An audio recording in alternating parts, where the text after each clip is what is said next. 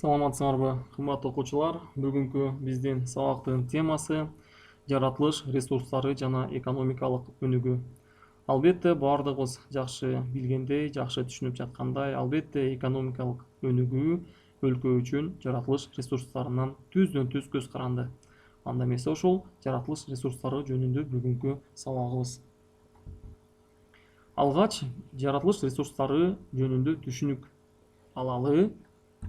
Демек, жаратылыш ресурстары бүгүнкү күндө адам баласы өзүнүн жашоосунда жана чарбасында колдонуучу жаратылыш заттары, кубулуштар жана процесстерди биз жаратылыш ресурстары дейт экенбиз. Өз кезегинде жаратылыш ресурстары албетте алардын саны жана түрү көп, ошондуктан аларды классификациялоо же болбосо түрлөргө бөлүү туура. Демек, бүгүнкү күндө жаратылыш ресурстарынын төмөнгөдөй классификациясы бар. Бул келип чыгышы боюнча, түгөнүүсү боюнча жана колдонулушу боюнча. Анда ар бир классификацияга көңүлүбүздү буралы.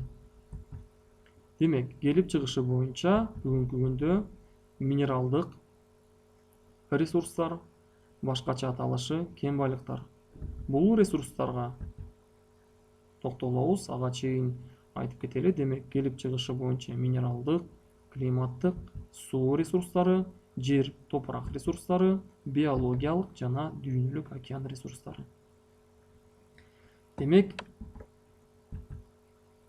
бүгүнкү күндө минералдык ресурстарга же болбосо кен байлыктарга биз бардык баалуу таштарды, металлдарды, күйүүчү кен байлыктарды, курулуш заттарын жана башка жер алдынан казылып алуучу байлыктардын бардыгын биз минералдык ресурстарга киргизебиз. Ал эми климаттык ресурстарга атмосферадагы кубулуштар, шамал, жаан-чачын, күндүн нуру жана башка ушул сыяктуу ресурстарды биз бүгүнкү күндө климаттык ресурстар дейбиз. Ал эми ички суу ресурстарына бүгүнкү күндө ички суулар, тагыраак айтканда кургактыктагы суулар, алар кайсылар? Алар дарыялар, көлдөр, жер алдындагы суулар жана мөңгүлөр. Ошондой эле дүйнөлүк океандагы сууну дагы биз суу ресурстарына кошо алабыз. Ошондой эле жер, топурак ресурстарына, айыл чарбасына жарамдуу жерлерди, айдоо талааларын, жайыттарды, шалбааларды жана башка ресурстарды киргизебиз. Ал эми биологиялык ресурстарга биз флора же болбосо өсүмдүктөр дүйнөсүн жана фаунаны, жаныбарлар дүйнөсүн киргизебиз. Ал эми акыркы бул дүйнөлүк океан ресурстары, алар деңиз суусу, деңиз түбүнүн минералдык ресурстары, биологиялык ресурстар, энергетикалык ресурстарды биз дүйнөлүк океан ресурстарына киргизебиз. Анда эмесе уланталы бул жаратылыш ресурстарынын келип чыгышы боюнча классификация болчу. Сөзүбүз уланта турган болсок, экинчи бул жаратылыш ресурстарынын экологиялык классификациясы.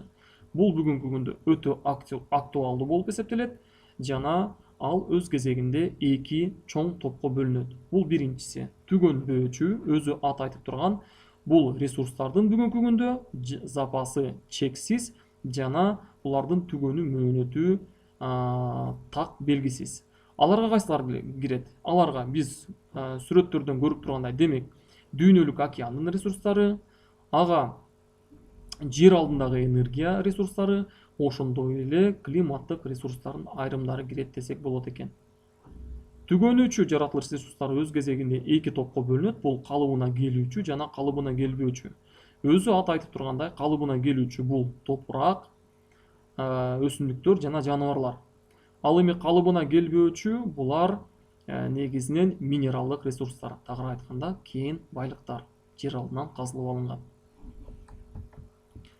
Колдонулушу боюнча бүгүнкү күндө жаратылыш ресурстары 3 чоң топко бөлүнөт. Бул өнөр жай үчүн ресурстар, айыл чарбасы үчүн ресурстар жана эс алуу жана туризм үчүн ресурстар. 3 чоң топ. Өзү ат айтып тургандай, ушул жалпы ресурстардын колдонулушу боюнча.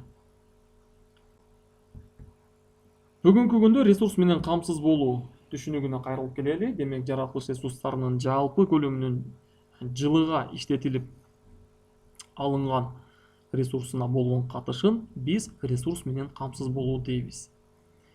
Ресурс менен камсыз болуу ошол ресурстардын канча жылга жетүүсү менен же болбосо адамдын киши башына туура келген анын запасы менен туюнтулат. Албетте бул көрсөткүч ар бир өлкө үчүн маанилүү деп эсептейбиз.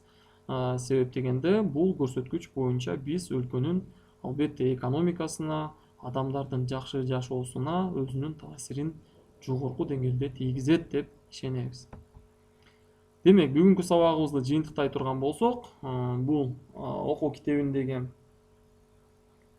темага байланыштуу болгон 20-21 беттеги маалыматтарды окуп, 25 беттеги биринчи тапшырманын жазуу түрүндө дептерибизге жана 26 беттеги биринчи, экинчи суроолорго жазуу түрүндө дептерибизге жооп беришибиз керек.